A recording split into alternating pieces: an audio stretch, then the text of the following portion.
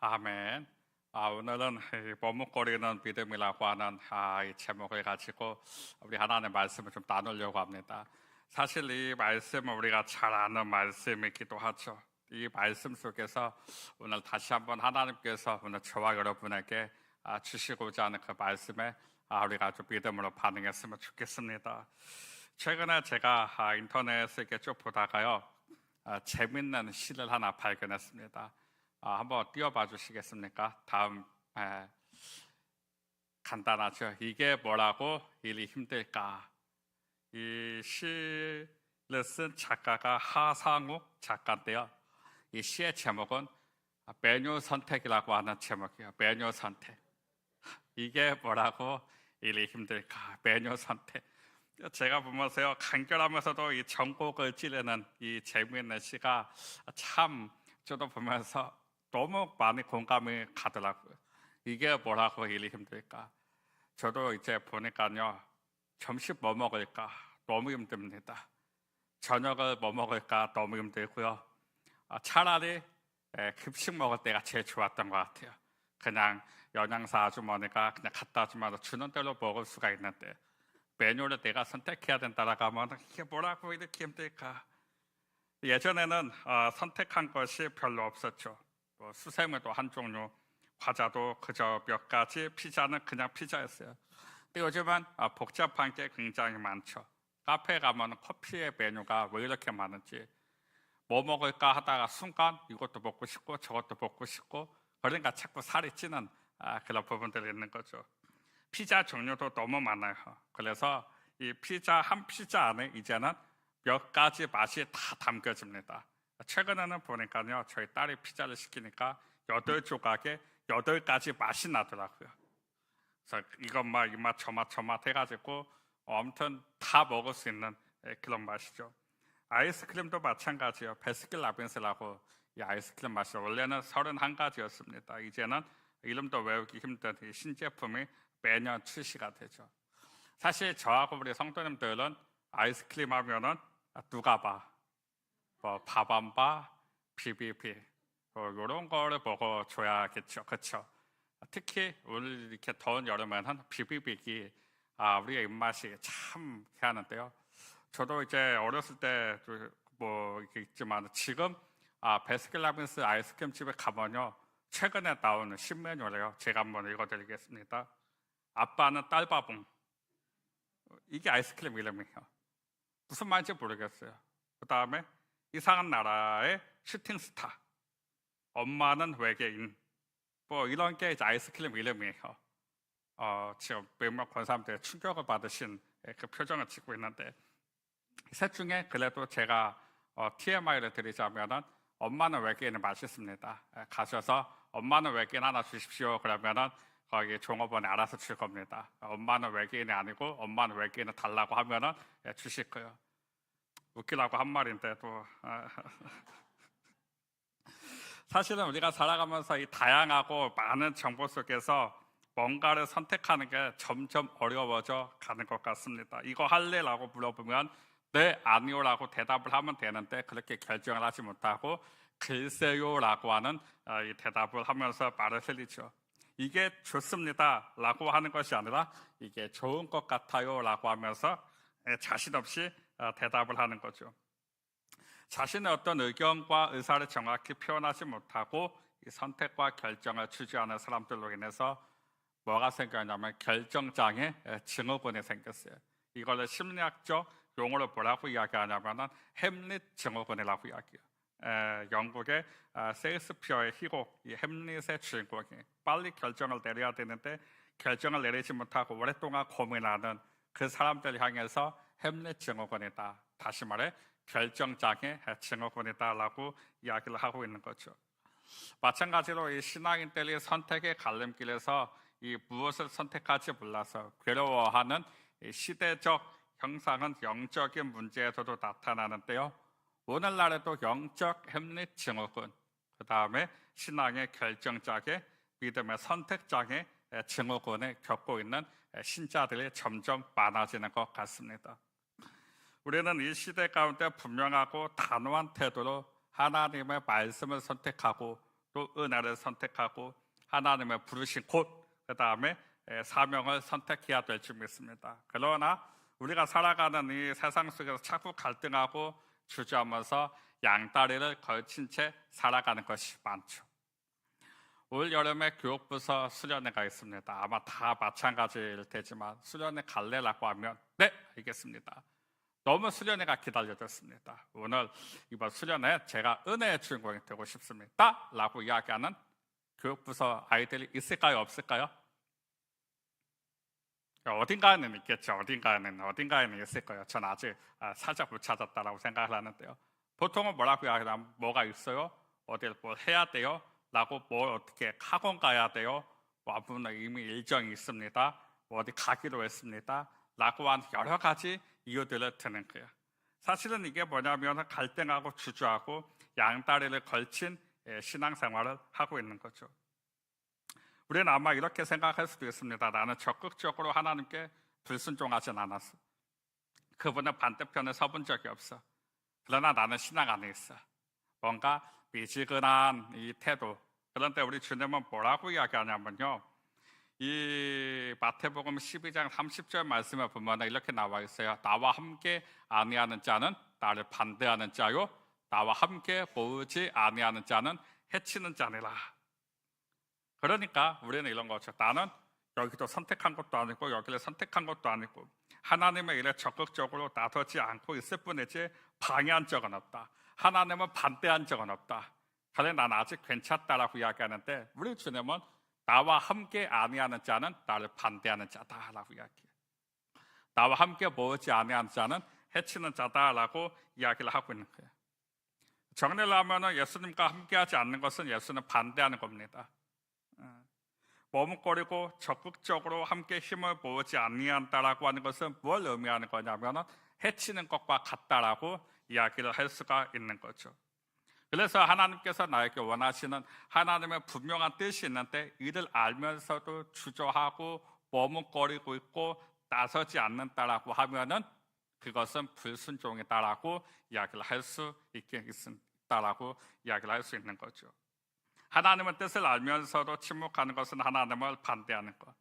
다시 말해서 적극적으로 믿음, 말씀, 순종, 사명, 소명 이것을 선택하지 않는 것은 주저하고 머뭇고 있는 그 자체를 불순종이다라고 이야기를 하고 있는 거예요.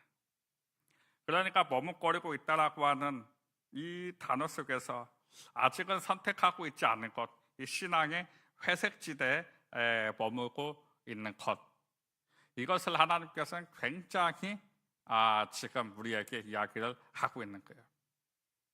이스라엘의 역사를 쭉 살펴보면요, 이스라엘은 하나님을 버린 적이 단 한 번도 없습니다. 잘 살펴보시면요, 단 한 번도 하나님을 버린 적이 없어요. 이게 무슨 말이냐면요, 하나님은 이스라엘 백성들에게 하나님만 섬기기를 원하셨는데 지금 뭐라고 이야기하냐면 이스라엘은 하나님도 섬기고 세상도 섬긴 거예요. 그래서 이스라엘 백성들에서 이 구약 시대 때부터 가나안 땅에 들어가서 계속되어져서 문제가 된 게 뭐냐면 이 혼합주의 신앙인 거죠. 하나님을 믿는데 그 하나님을 믿는 형식 안에는 우상의 어떤 것들이 가득 차 있는, 그러니까 하나님도 섬긴 거예요. 그 다음에 세상도 섬기고 돈을 섬기고 바알도 섬기고, 하나님은 하나님만 섬기기를 원하셨다라고 하는 거죠. 그래서 우리가 하나님을 선택하지 않는 것, 그 선택에 대해서 머뭇거렸다라고 하는 것은 뭐라고 이야기하냐면은 오늘 본문에 우리에게 이렇게 이야기를 해주고 있는 거예요. 열왕기상 18장 21절 말씀, 엘리야가 모든 백성에게 가까이 나아가 이르되 너희가 어느 때까지 둘 사이에서 머뭇하려느냐. 여기를요 세 번역으로 보면 이렇게 나와 있어요. 제가 한번 읽어드릴게요. 여러분은 언제까지 양쪽의 다리를 걸치고 머뭇거리고 있을 것입니까? 이 말은 뭐냐면 지금 이때 이스라엘 백성들의 영적 상태가 어떠냐면 하나님도 섬기고 바알도 섬기는 지금 양다리를 걸치고 있는 거예요.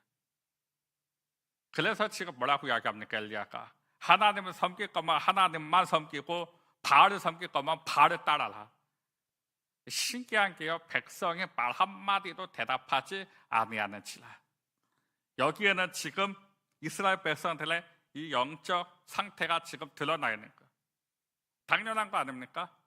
하나님을 섬길 거면 하나님을 섬기고 바알을 섬길 거면 바알을 섬기라고 이야기를 했는데 백성이 말 한마디도 하지 않는 거예요. 여기 본문에서 둘 사이는 이 신앙의 어떻게 보면 중간지대죠. 하나님과 바알이 겹쳐져 있는 이 중간지대, 이 신앙의 회색지대, 요거를 단호히 떠나야만 했었어요. 그런데 지금 이스라엘 백성들은 떠난 것도 아닌 거죠. 쉽게 말하자면 하나님을 선택한 것도 아니지만 바알을 선택한 것도 아니다. 이 자체가 다시 한번 말씀드리지만은 불순종이라고 하는 거예요. 적극적으로 하나님을 명확하게 선택을 해야 될 줄 믿습니다. 아멘이십니까? 그래서 우리가 생각하는 것은 하나님을 선택하지 않는 것은 아직 내가 결정을 내리지 않았다라고 착각할 수 있는데 아직 선택하지 않은 것도 그것도 나의 선택이고 그것 또한 머뭇거리고 있다라고 하는 것이기 때문에 그것은 불신앙의 선택으로 이어지는 거죠. 우리는 어떤 것을 선택하는 부분에 있어서 이 결단과 그 다음에 즉시 이 곧이라고 하는 이것이 인생을 바꿔버리는 경우를 우리는 봅니다. 누가복음 9장 59절에서 62절 말씀을 보면은요, 59절에 또 다른 사람에게 나를 따르라 하시니 예수님께서 나를 따르라라고 이야기를 하시죠. 그가 이르되 나를 먼저 가서 내 아버지를 장사하게 허락하옵소서. 60절 이르시되 죽은 자들로 자기의 죽은 자들 장사하게 하고 너는 가서 하나님 나라를 전파하시고 62절 또 다른 사람이 이르되 주여 내가 주를 따르겠나마는 나를 먼저 내 가족을 작별하게 허락하소서. 62절 예수께서 이르시되 손에 쟁기를 잡고 뒤를 돌아보는 자는 하나님 나라에 합당하지 아니하리라 하시니라 라고 이야기해요. 예수님이 나를 따르라고 제자를 부르셨을 때 이들은 그것 선택을 거절하진 않았어요. 그러니까 보면은요 59절에 보면은 또 다른 사람에게 나를 따르라 하시니 그가 이르되 나를 먼저 가서 그 아버지를 장사하게 하옵소서. 그러니까 먼저 이거 하고 따르겠다 이거죠. 유예한 겁니다. 그 다음에 그 보면은 61절에 또 다른 사람이 이르되 주여 내가 주를 따르겠나이다마는 나를 먼저 내 가족을 작별하게 하소서. 그러니까 그 선택에 대해서 머뭇거리고 유예한 거죠. 여러 사정과 상황적인 이유가 있지만 주님은 이것을 보고 이들의 주저함을 보고 이것을 불순종이다라고 이야기를 한 거죠. 손에 쟁기를 잡은 자, 일하려는 자가 뒤를 돌아보는 것은 하나님 나라에 합당치 않다라고 이야기를 하고 있는 겁니다. 이들은 예수님의 제자가 될 자격이 부족한 건 아니었어요. 그런데 선택을 주저하고 결단을 지체한 것은 이들이 앞으로 걸어가는 영광스러운 삶의 장애물이 되는 그 일들이 벌어지게 되는 거죠. 우물쭈물하며 이 선택과 결단의 때를 놓치는 것은 신앙이든 인생이든 실패한 사람의 공통적인 특징입니다. 하나님께서 주시는 이 선택과 결정에 대해서 우리는 항상 주저함 없이 하나님의 뜻을 따라서 잘 선택을 해야 될 줄 믿습니다. 반면에 다른 선택을 해서 영광스러운 그 인생을 살아가는 그 삶이 있죠. 베드로, 안드레, 야고보, 요한 이 네 명의 제자들이 공통적인 특징이 있어요. 이게 뭐냐면은 마태복음 4장 18절에서 22절 말씀이죠. 자 보면 갈릴리 해변에 다니시다가 두 형제 곧 베드로라 하는 시몬과 그 형제 안드레가 바다에 금을 던지는 것을 보시니 그들은 어부라. 말씀하시되 나를 따라오라. 내가 너희를 사람을 당하는 어부가 되게 하리라 하시니 20절 그들이 곧 그물을 버려두고 머뭇거렸습니까? 아니에요. 곧 그물을 버려두고 예수를 따르니라. 21절에 보니까 거기서 더 가시다가 다른 두 형제 곧 세베대 아들 야고보와 그 형제 요한이 그의 아버지 세베대와 함께 배에서 금을 깁는 것을 보시고 부르시니 22절 그들이 곧 배와 아버지를 버려두고 예수를 따르니라. 곧 즉시 순종하라. 이거 하나만짜리도 우리가 하나님 앞에서 인생에 성공한다라고 하는 거죠. 그래서 배워야 되는 거예요.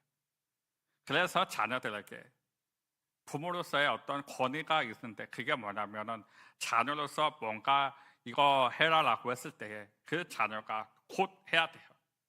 이거는 어떤 부모에 대해서 부모가 편하고자 하는 것이 아니라 하나님의 말씀에 순종할 수 있는 훈련을 부모를 통해서 하는 겁니다.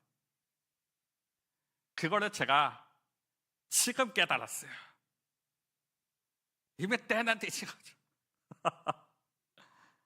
제가 이게 쭉 보니까 하나님께서 부모를 세우신 이유가 뭘까라고 했었을 때에 하나님께서 이 자녀들에 대해서 인도를 하셔야 되는데 거기에 대해서 부모를 통해서 자녀의 순종의 훈련을 하는 거예요. 그래서 제가 요즘에 청소년들 만나면은 엄청 잔소리를 하거든요.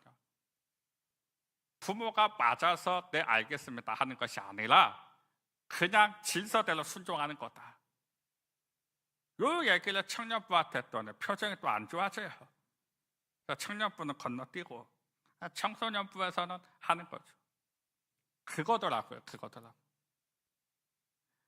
그 훈련을 자녀들이 하는 겁니다. 곧 즉시 순종하는 것. 근데 참 신기한 게 뭔지 아세요? 만약에 내가 불순종하면 어떤 일이 벌어지니까 그러면 우리는 좀 단순하게 생각하는 경우가 있는데요. 우리가 얼마 전에 에스더서를 좀 묵상해 봤습니다. 거기에서 제가 아주 인상 깊었던 장면이 하나 있었어요. 그게 뭐냐면은 이 유다인이 몰살될 위기에 처하자 이 모르드게는 왕후의 지위를 얻은 이 조카 에스더에게 왕에게 나아가서 민족을 위하여서 간절히 구하라고 부탁을 하죠. 그런데 이 에스더가 뭐라고 하는지 아십니까? 사실 이 에스더는 이 위기를 막을 수 있는 유일한 대안이었어요. 그런데 뭐라고 하냐면 하필 그때 왕 앞에 나아갈 수 없는 상황이에요. 그러니까 나가면 죽는 거예요. 어차피 죽을 거 뭐하러 그냥 나갑니까? 그래서 에스더는 지금 이 상황이 안 된다. 내가 죽을 수도 있다. 근데 여기에 대해서 모르드게가 공감을 하고 위로를 하고 그럴 수도 있지라고 이야기하는 것이 아니라 뭐라고 이야기하냐면요. 에스더 4장 13절 14절 말씀이에요.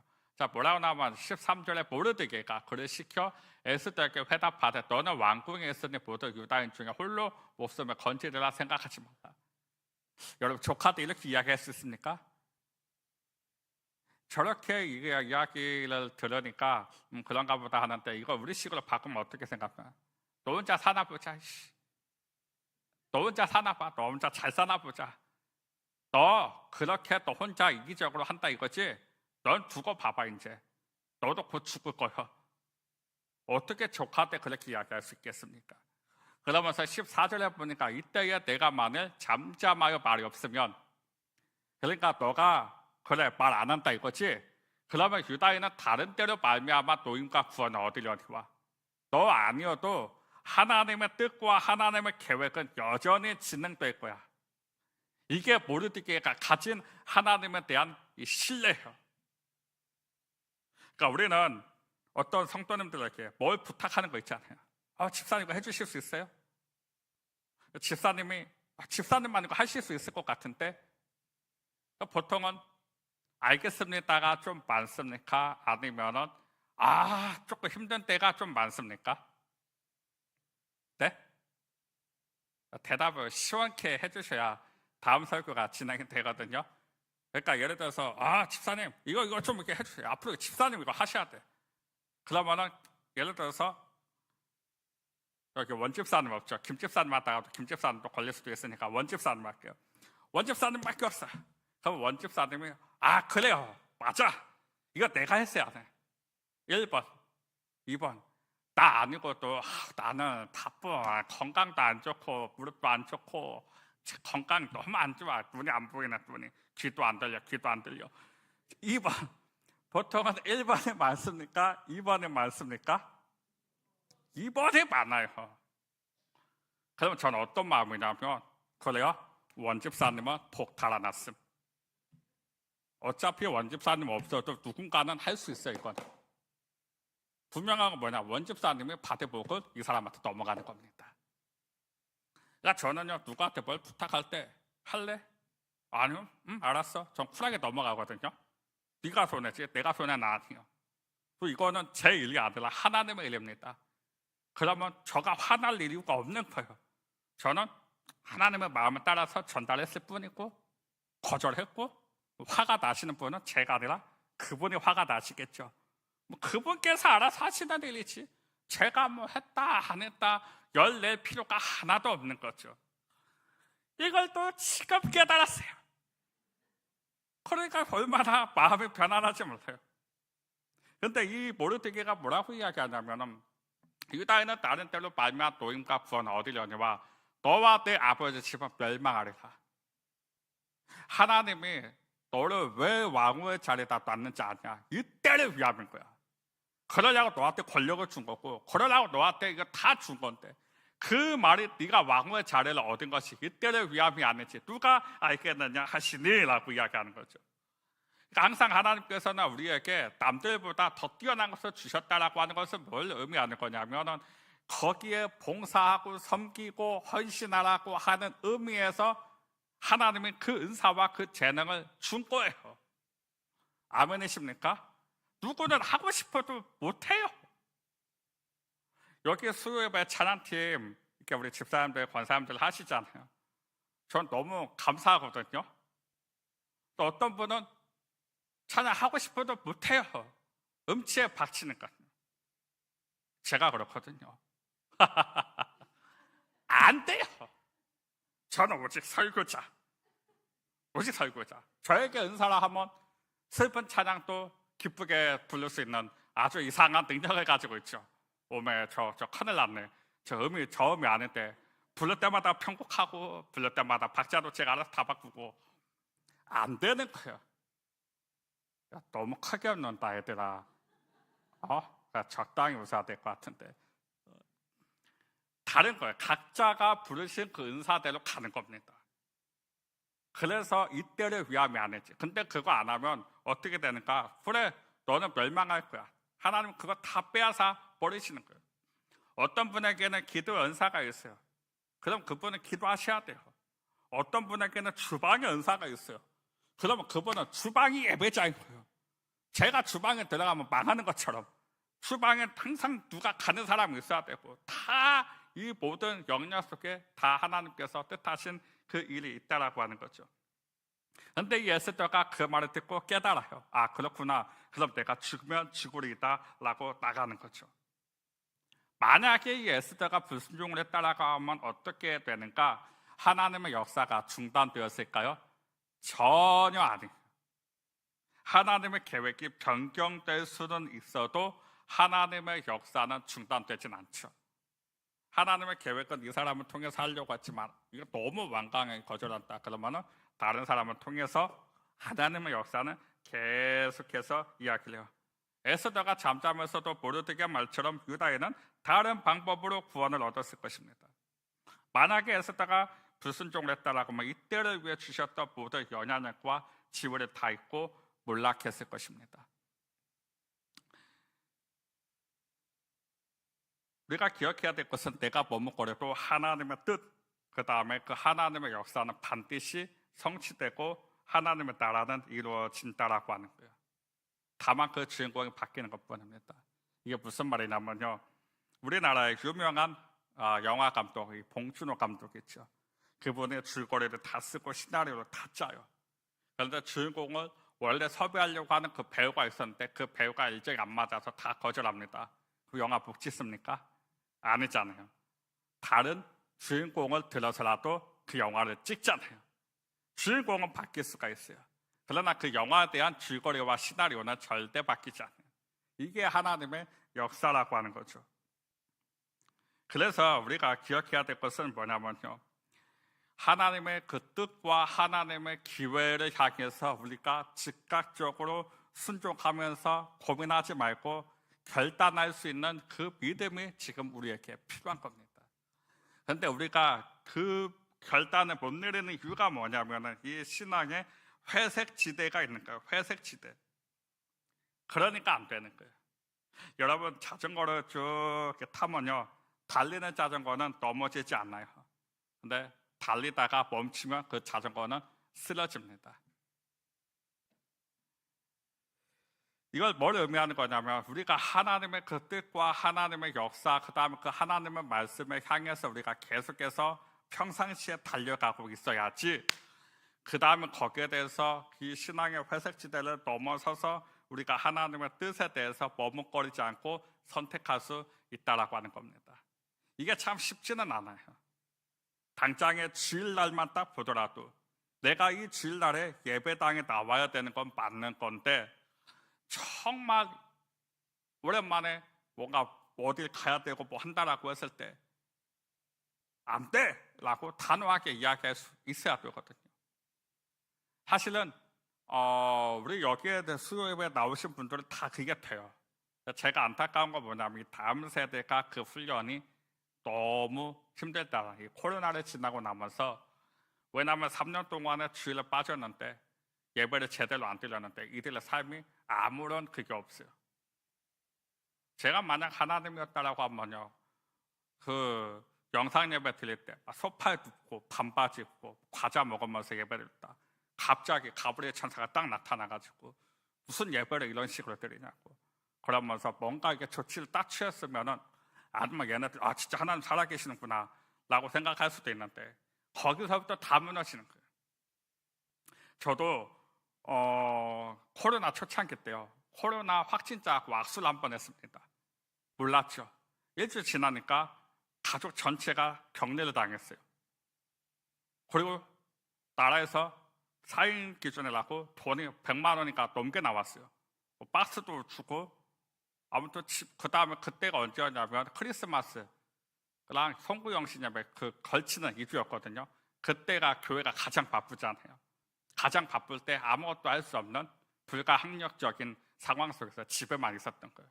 얼마나 좋은지.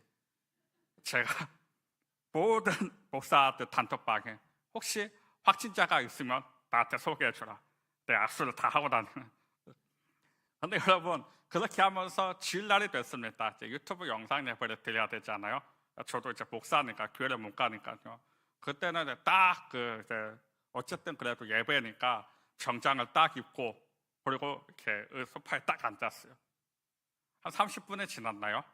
저도 예배를 드리고 있다는 것을 망각하고 갑자기 소파에 약간 빛에 대비 이렇게 눕기 시작하는 거죠. 그러면서 보니까 자세가 이제는 다리를 한 장 걸고 제가 그러고 있는 거예요. 저도 그런 거예요.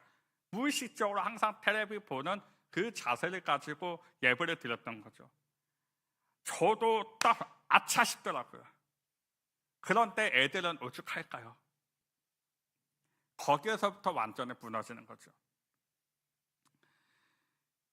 그래서 지금 여호수아도 그러냐면 여호수아 18장 3절 말씀이죠. 마지막 구절인데요.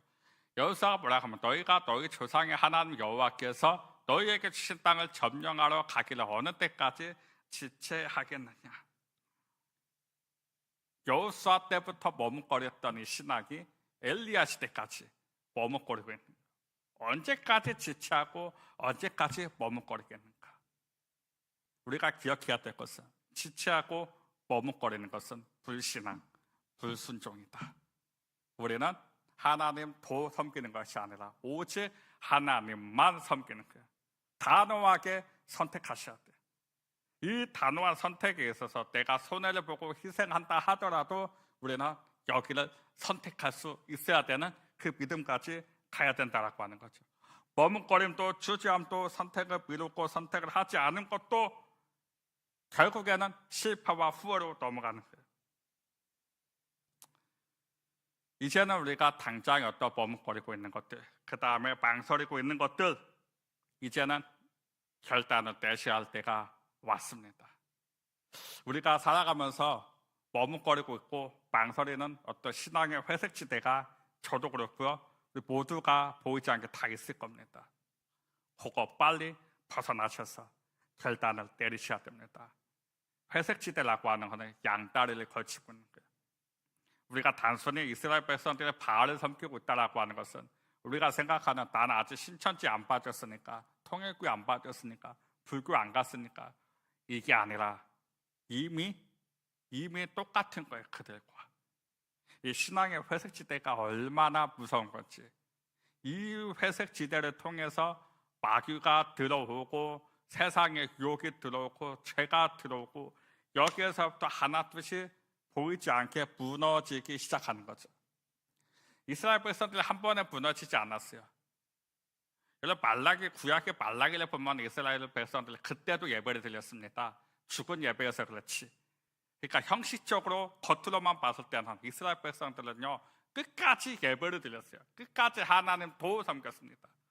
자, 중심을 보시는 하나님께서 여전히 신앙의 회색지대에 있기 때문에 내가 너희들 예배는 받기를 원하지 않는다. 말라기서에도 그렇게 이야기하시고 끊임없이 이야기를 하고 있는 거예요.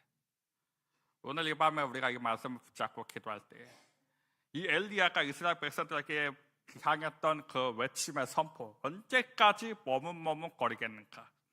우리 안에 신앙의 이 회색지대, 머뭇거리고 있는 것들, 망설이고 있는 것들, 여전히 재고 있는 것들, 오늘 이 밤에 이 말씀을 당연히 붙잡고 하나님 결단하게 하여 주옵소서.